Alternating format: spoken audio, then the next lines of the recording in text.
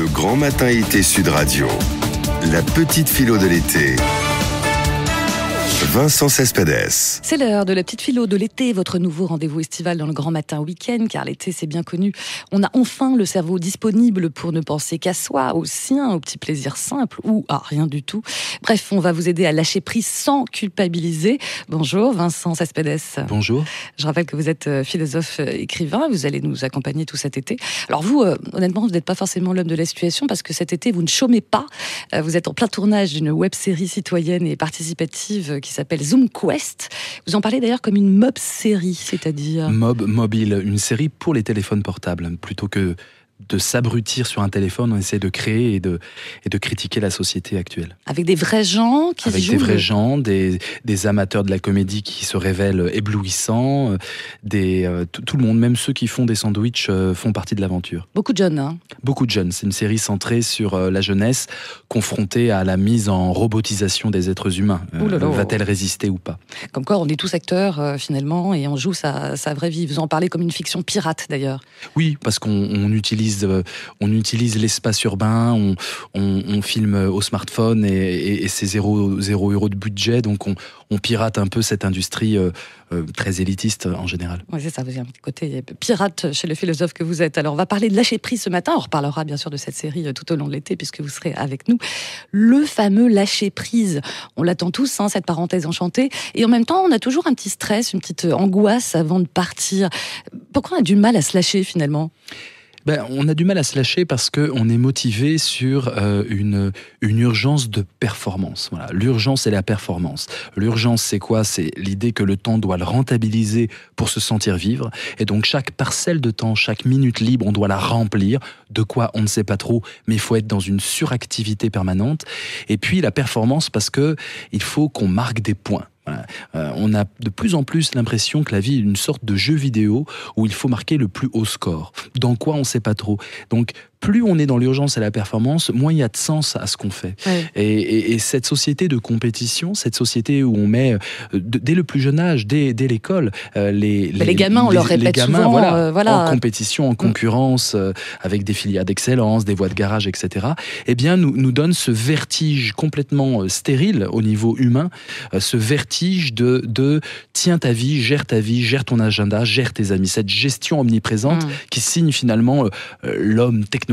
Alors du coup, évidemment, quand la technocratie tout d'un coup est relativisée par du soleil et puis des embruns, évidemment ça pose problème. Comment on va remplir son temps ? On se retrouve face à nous, on n'est plus dans cette fuite en avant existentielle, on est face à nous-mêmes. Ça peut faire mal. Ouais, d'ailleurs on parle de temps vide, de temps mort, il faut apprivoiser ce nouveau temps pour soi. On n'a peut-être plus l'habitude aussi de penser qu'à soi, et la culpabilité n'est jamais très loin. Tout est fait aussi pour nous culpabiliser. On parlait des discours aussi bien de management, de politique, l'oisiveté, salaud de feignant, ça marque quoi. Il faut se partir de ça. Alors on est loin de l'éloge de la fatigue, de l'oisiveté, de la paresse, de la sieste à la laborie.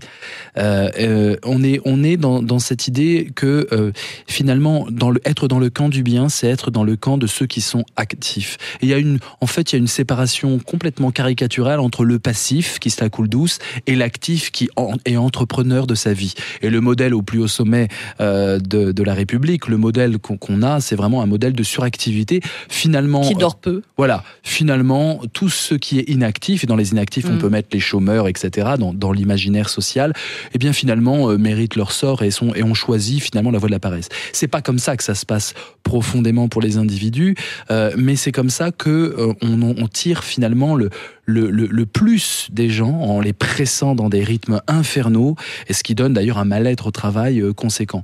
Alors, ça a été pointé par un philosophe, Blaise Pascal, le philosophe à lire en été, si on veut remettre un peu en question cet univers où on doit surtout ne pas penser à soi-même, surtout ne pas être en paix dans une chambre vide avec un peu de vent et de la douceur de vivre.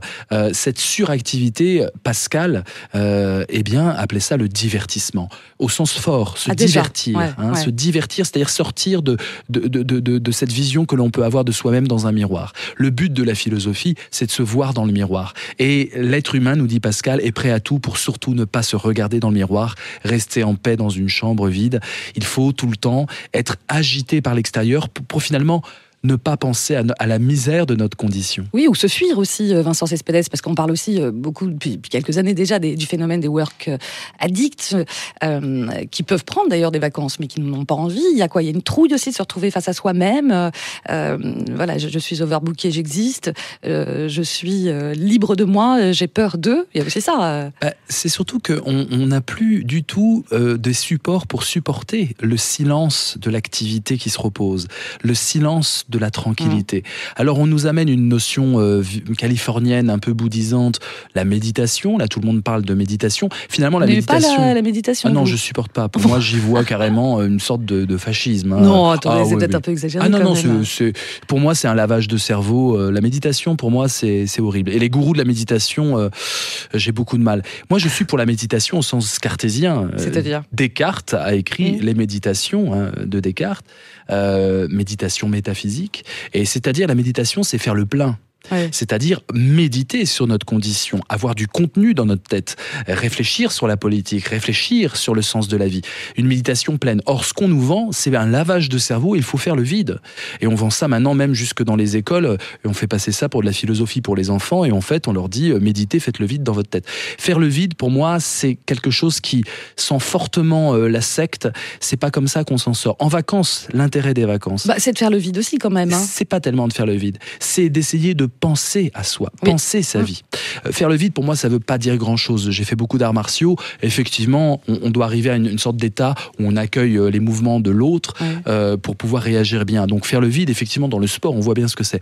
Mais faire le vide dans la vie, c'est quelque chose de dangereux. Le but est de se reconnecter à l'idée qu'on fait tous partie d'un destin collectif. Et ça, il faut le penser. C'est pas en faisant le vide.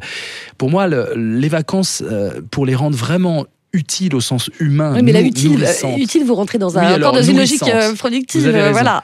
Donc nourrissante, c'est vraiment de créer des liens. Le but des vacances, c'est de renforcer des liens qui sont disloqués avec les technologies, les écrans et cette vie suractive. Des liens simples aussi, parce que souvent c'est un moment, une balade avec son amoureux, avec ses enfants qu'on ne voit pas forcément. Oui.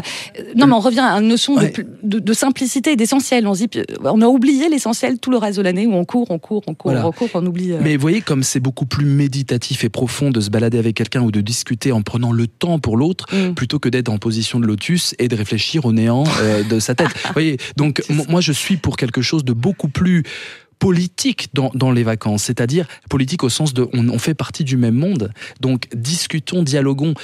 Aujourd'hui, finalement, dans les temps de plus en plus pressés et simplificateurs, ce qui vaut de l'or, c'est passer du temps avec l'autre. On n'a plus ce temps-là. On fait 10 discussions en même temps, on est suractif. Donc, retrouvons le temps d'être avec l'autre, le temps du mélange humain. C'est ça, pour moi, la vraie conquête des vacances. Et sans culpabiliser, du coup, on n'est pas là à remplir ses vacances, à vouloir les anticiper, à se dire qu'est-ce qu'on fait demain, même si les mômes réclament forcément un horaire précis de piscine ou de plage. Cette peur de je dois remplir mon temps, c'est une peur vide.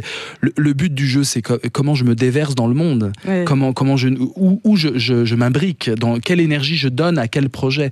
Et donc effectivement, le but des vacances, c'est pas tellement de remplir son agenda, mais c'est de remplir son cœur. Waouh, très beau. Vous allez glander, vous, cet été, très cher ou Si c'est avec les autres, je glande pas. Glander n'existe pas quand c'est épouser l'autre dans le dialogue, se nourrir des autres, tout simplement. Les vacances permettent ça, et là, du coup, les vacances sont subversives.